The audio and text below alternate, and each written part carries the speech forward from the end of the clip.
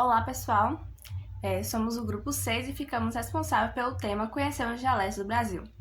O nosso grupo é composto por Ana Luísa, Ellen Lula, Isabela Rocha, eu, Joyce Santos, Maria Vitória e William Almeida. Agora eu vou estar explicando um pouquinho, sobre o que é dialeto e como foi que ele surgiu. Bom, a gente entende que dialeto é um nome usado para caracterizar um grupo de falantes que tem o seu próprio modo de falar. Um exemplo disso é quando um grupo de pessoas de determinado lugar, determinada região, eles criam o seu próprio modo de falar, onde pessoas que não são dali desconhecem as coisas que eles falam ou talvez até não entendem. Nesse sentido, a gente entende que dialeto se trata, na verdade, de uma variedade da língua, que é uma forma pela qual uma comunidade de falantes, vinculados por relações sociais ou geográficas, usa as formas linguísticas de uma língua natural. O conceito de dialeto ele surgiu na Grécia Antiga, por conta que de uma região para outra o modo de falar das pessoas mudavam. Só que, no entanto, esse modo diferente de falar das pessoas não significava que umas possuíam mais status do que outras, apenas porque era diferente a região. Só que, no entanto, com o passar do tempo, foi eleita uma língua que representasse a língua oficial grega na Grécia Antiga, e que também passaria a ser ensinada aquela língua no território. No entanto, essa decisão não significava que aquela língua era a língua definitivamente correta. Porém, os fatores que influenciaram essa decisão não foi o consenso das pessoas, e sim fatores, primeiramente, foi colocada por uma região com maior número de habitantes, com a maior população, e que possuísse também um maior valor econômico, e não foi levado às características intrínsecas da língua. Olá, eu sou Maria Vitória e vou falar um pouco sobre o dialeto nordestino e o dialeto baiano. O dialeto nordestino, também chamado simplesmente de sotaque nordestino, é a variante da língua portuguesa mais usada nos estados do Nordeste, sendo o dialeto com o maior número de falantes dessa região, com mais de 53 milhões de habitantes, sofrendo variações. O dialeto baiano foi um dos primeiros dialetos eminentes brasileiros. Sua formação deu-se graças à influência de Salvador, a primeira sede do Brasil colônia que abrigava a maioria das instituições administrativas do Brasil, no período colonial, e por isto sempre sofreu a influência dessas ondas migratórias e contatos com diversos povos, desde europeus até indígenas e africanos. Com o passar dos anos, ganhou identidade própria e acabou influenciando na formação de alguns outros do país, com exceção do nordestino, que tem sua raiz no Recife. Tal como ocorre em outros lugares, o dialeto baiano é um dos elementos centrais da identidade baiana e motivo de orgulho para muitos baianos. O dialeto baiano, ou baianês, é um dialeto do português brasileiro, cujos falantes têm como região geográfica o estado da Bahia, além do sul de Sergipe, do extremo norte de Minas Gerais e do leste de Goiás e Tocantins. Por vez, é confundido com o dialeto nordestino central, que é falado no norte da Bahia e em parte dos outros estados do Nordeste. A primeira impressão está na velocidade com que o nordestino costuma conversar. Logo preste atenção e entenda, algumas palavras podem ter sofrido uma contração. O famoso oxente é um exemplo. Tem como costume abreviar a palavra e acaba criando outras com significado que podem ser diferentes do inicial. Oxe, que é uma abreviação do oxente, que também é uma abreviação do ogente, perdeu seu significado original e hoje é utilizado para uma situação de não entendimento. Já o opaió é uma abreviação de olhe para aí. A influência dos idiomas africanos na primeira capital do Brasil deu origem a esse modo de falar tão peculiar. E até um dicionário foi criado. Não só um, mas como tem vários vídeos no YouTube e vários sites do Google que tem como suas palavras que eles dão um verdadeiro significado, um verdadeiro contexto aqui na Bahia. Bom, tem um dicionário que se chama Dicionário de Baianês, que em 2018 completou 25 anos da sua primeira edição. Por tudo isso, o baiano se reconhece facilmente sem necessitar de escutar um oxe, oxente ou nosso xingamento preferido. O dialeto baiano é classificado como um dialeto brasileiro meridional, juntamente com o fluminense, o mineiro e o sertanejo, com características intermediárias até os dois grupos. Enquanto o dialeto nordestino, recifense, o Costa Norte e o nortista são classificados como setentrionais. Atualmente é considerado um dialeto muito rico socioculturalmente, mas estigmatizado, principalmente pela mídia brasileira, que chega a ridicularizá-lo em certas ocasiões. Não há qualquer semelhança com o sotaque ouvido muitas vezes pelos atores de novelas regionais. Por exemplo, quando falam meu rei, em novela, em filme.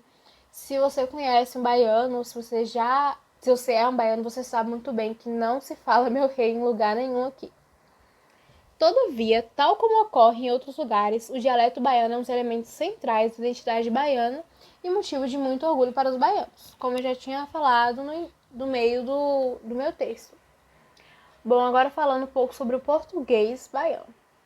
Também são características desse dialeto o uso do pronome tu, conjugado na terceira pessoa, alternadamente com você, principalmente com pessoas com que se tem intimidade.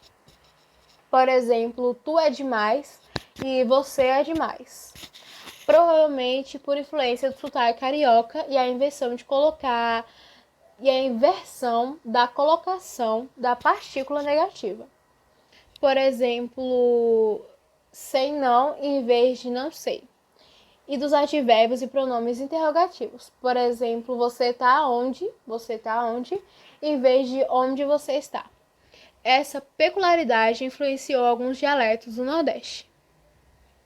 O futuro do pretérito dificilmente é usado. Em seu lugar, usa-se o pretérito imperfeito. Por exemplo, se eu pudesse, eu te ajudava. Em vez de se eu pudesse, eu te ajudaria. Isso acontece porque esses tempos verbais são muito parecidos nos verbos da segunda e da terceira conjugação, com o pretérito imperfeito levando vantagem por ter duas letras a menos.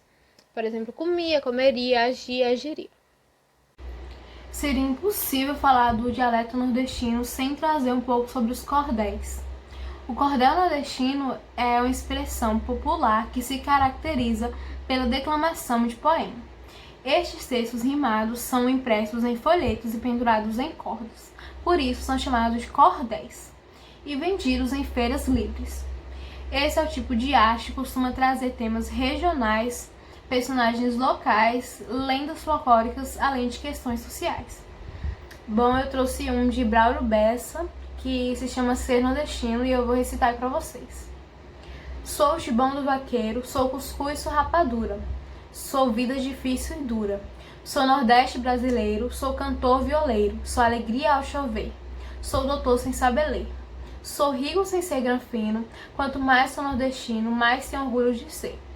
Da minha cabeça chata, do meu sotaque arrastado, no nosso solo rachado, dessa gente maltratada, quase sempre injustiçada, acostumada a sofrer. Mas mesmo nesse padecer, eu sou feliz desde menino. Quanto mais sou nordestino, mais tenho orgulho de ser. Terra de cultura viva, Chico Anísio, Gonzagão, de Renato Aragão.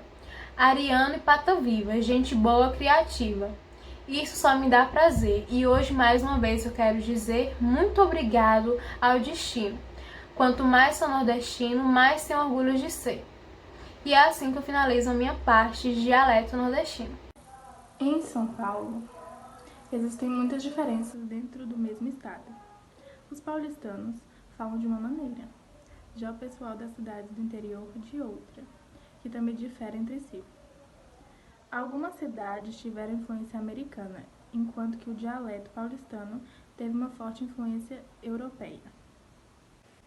O dialeto caipira é falado no interior do estado de São Paulo, sul de Minas Gerais e zonas rurais do sul do Rio de Janeiro.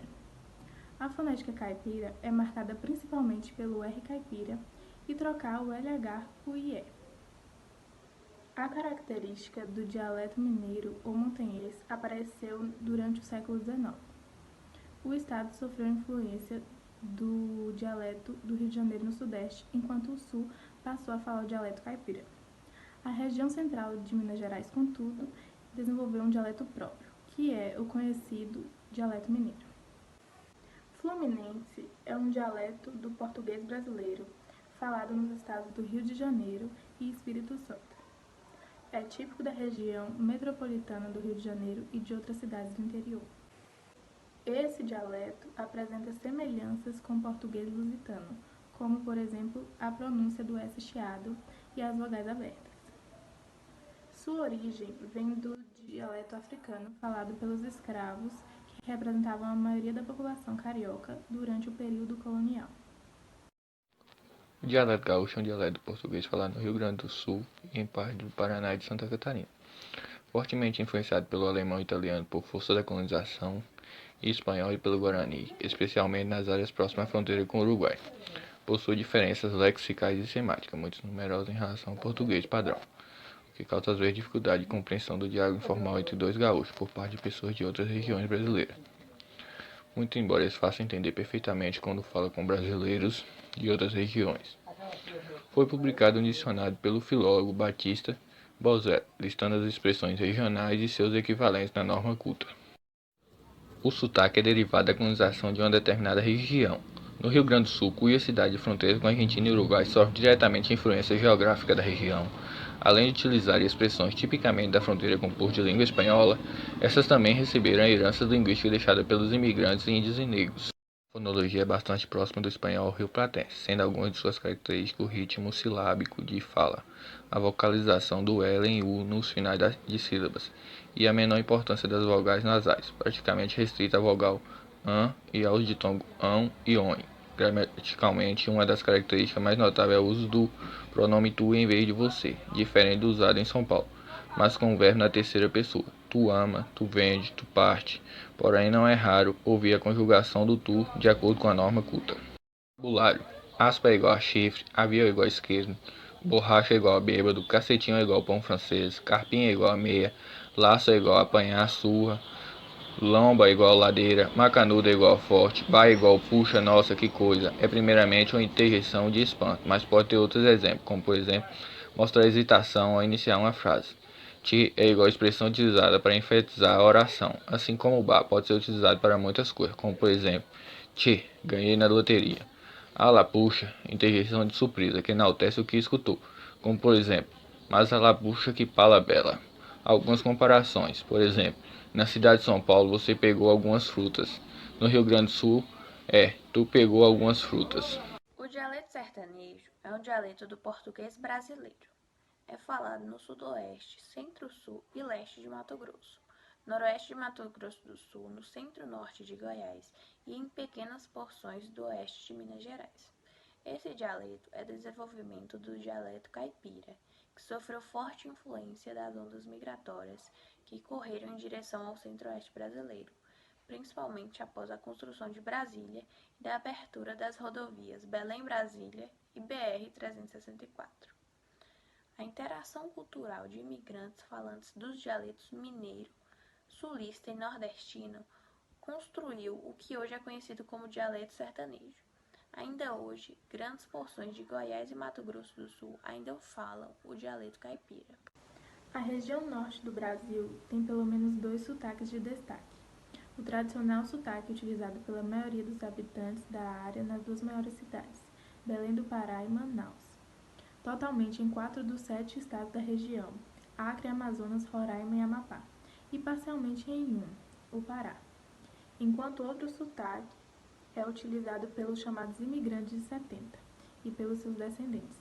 Na região sudeste do Pará e a região de Carajás, no estado de Rondônia e no estado de Tocantins. Um sotaque derivado de misturas nordestinas, mineiras, capixabas, goianas e gaúchas.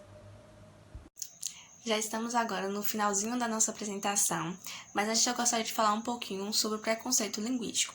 Por mais que teve um grupo que ficou responsável exclusivamente por esse tema, quando se trata de preconceito linguístico, é algo bastante válido a ser falado um pouquinho.